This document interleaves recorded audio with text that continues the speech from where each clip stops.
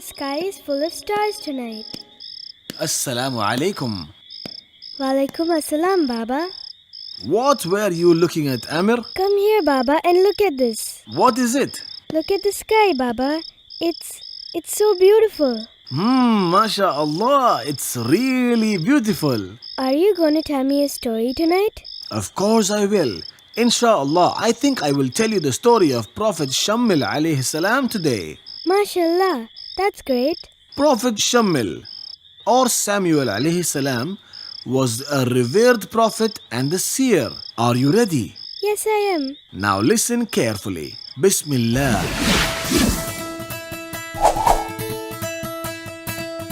The story of Prophet Shammil alayhi salam.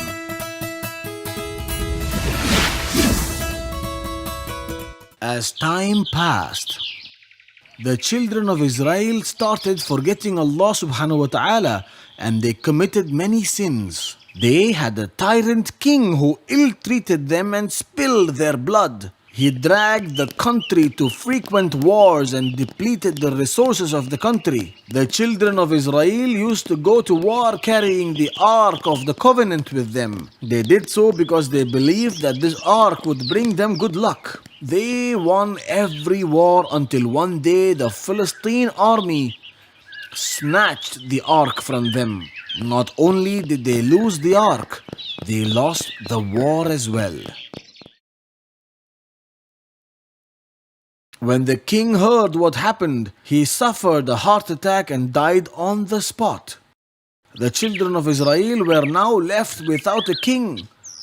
They were now like a sheep without a shepherd. It was then that God sent them a prophet named Shammil alayhi salam. They were now very happy. They asked the prophet to appoint a strong leader so that they could fight against the Philistines and take back the Ark. Prophet Shammil alayhi salam knew their weakness and warned them, I fear that you may refuse when the time of fight arrives. But the people assured the Prophet that they were ready to fight in the way of Allah. That night, the Prophet prayed to Allah for guidance. It was then that Allah informed the Prophet that he had selected a man named Talut to be their king. But the Prophet was confused now. How will I recognize this man? He asked God.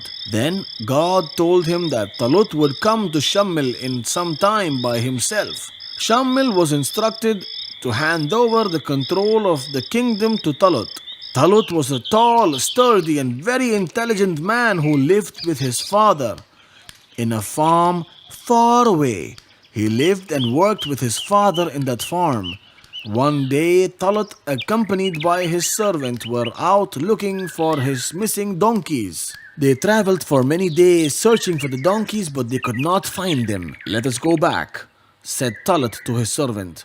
My father would have started worrying by now, and there are other animals to be taken care of. Master, replied the servant, this is the land where Prophet Shammil lives. I think we should go and pay him a visit. We can also ask him about the lost donkeys.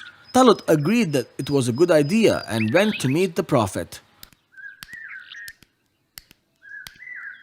On their way, they asked directions from some women carrying water. The women told them that they can find the Prophet's house on top of the mountain. Talut and his servant walked up the mountain as they had been told. When they finally arrived at the place, they saw a large crowd in front of the house of the Prophet. Talut saw Prophet Shammil alayhi salam standing in front of the crowd and immediately realized that he was indeed a holy man. The Prophet saw Talut standing at a distance and he recognized that Talut was the chosen one to become the king of Israel. Talut greeted the Prophet respectfully. He then asked the Prophet about his missing donkeys. Don't worry, replied the Prophet. The donkeys are already on their way to your father's farm. The Prophet then informed Talut that Allah had chosen him to lead the children of Israel. The Prophet told him that Talut was to take charge of their affairs. He was to unite them under one banner and to protect them from their enemies. Talut was surprised by this sudden honor offered to him. It was also a huge responsibility. He told the Prophet that he didn't know anything about leadership and neither did he have any wealth. But the Prophet calmed him by saying it was the will of Allah subhanahu wa ta'ala. Prophet Shammil introduced Talut as the next king to the children of Israel. But the people were not happy. "He is from Binyamin's tribe," shouted one. "He was not wealthy from birth," shouted another. "How can he be a king over us when we have greater right to kinship than he? He does not have any wealth." But the Prophet answered them calmly, "Allah has indeed appointed Talut as a king over you. He has increased him abundantly in knowledge and stature. Allah grants his kingdom to whom he wills. He is the all-wise." After a long argument, the people demanded that if the long-lost chest contained the belongings of Prophet Musa was restored, they would accept Talut as their king. Talut was appointed as the king and he immediately set about organizing his army. He ordered that only men free from responsibilities should join the army. He asked those building homes, those who were about to be married, and those who were engaged in business not to join the army. He put them through vigorous trainings and gave them strict rules to follow. After a few days, Talut set out for war against the Philistines.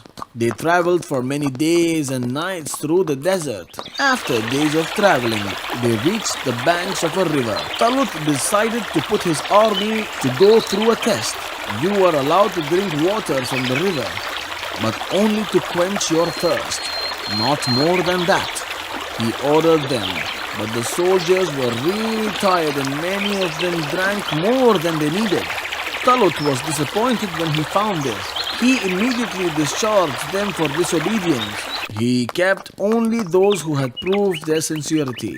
Like this, he put his army through several tests, and by the time they came face to face with the Philistine army, there were only about 30 soldiers left with him.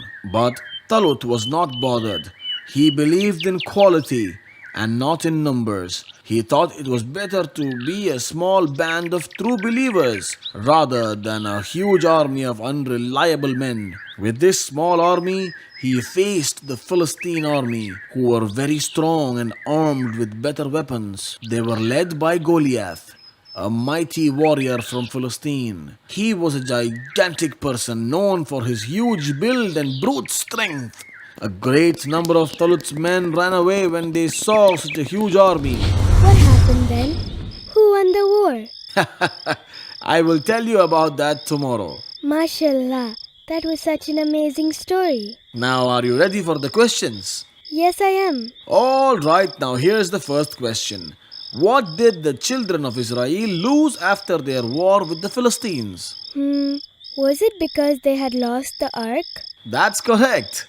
Now tell me, what did the children of Israel ask Prophet Shammil alayhi salam? They asked the Prophet to appoint a king to lead them. MashaAllah, that's correct again. How did Talut find the Prophet? Talut was searching for his lost donkeys and they wandered to the land where the Prophet lived. And why did they go and meet the Prophet? Talut's servant thought that the Prophet would be able to say where the donkeys were. MashaAllah, that's great. You are doing great, Amr. Thank you, Baba. Which tribe did Talut belong to? He belonged to the tribe of Binyamin. That's correct again. Now for the last question. Who was the leader of the Philistine army? It was Goliath. Insha'Allah, you did great, my son. I will see you again tomorrow with the story of Prophet Dawood alayhi salam. Good night, Baba. Good night, Amr.